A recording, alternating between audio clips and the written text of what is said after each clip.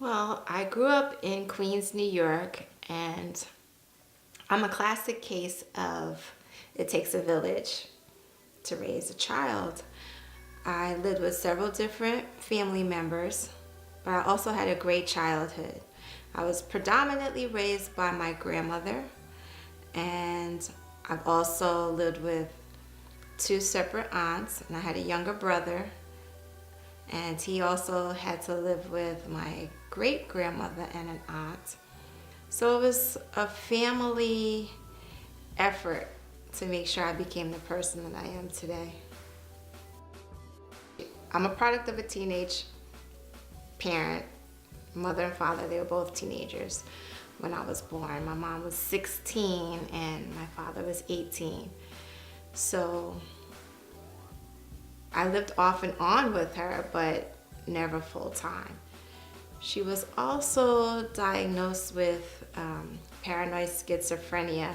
So that was something that I had to deal with growing up, which wasn't easy for me as a child. It brought a lot of embarrassment to me at the time because I didn't understand it.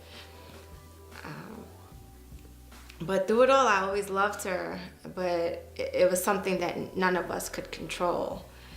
And I often ask, how did I get this drive to become a dentist? And you know, growing up, I was somewhat embarrassed by it. So I always wanted to be the smart one, and that's what made me feel good about myself. I wanted to be the smartest and be the best. So at least that's something, you know, I could brag about or something I could feel proud about. And I also had very supportive grandparents that were like my parents, and they always encouraged me to do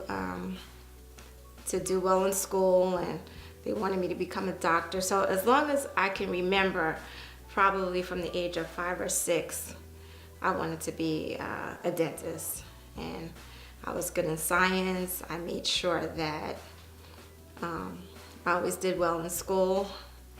But, you know, through it all, growing up in New York in the city, you can get sidetracked with some things. So it wasn't always an easy, you know, trail to get to the, you know, to the end product. My mother was, well, she became mentally ill, and it was sparked from the drug use back then, you know, back in the 60s and on, well, 70s really. She was into drugs and became, you know, unable to care for us. I have plenty of moments that I remember.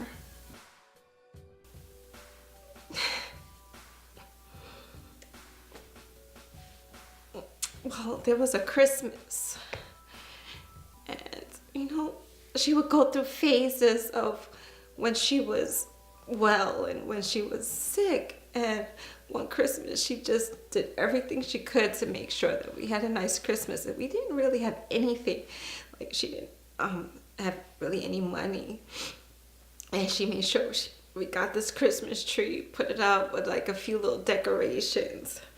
And she had to wrap our presents with the white tissue paper because we didn't have any wrapping paper. And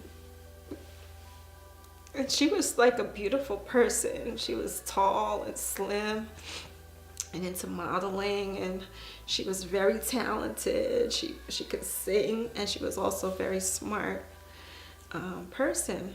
And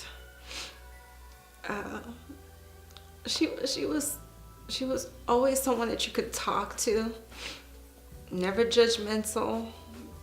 I mean, I loved her dearly. You want to take them over?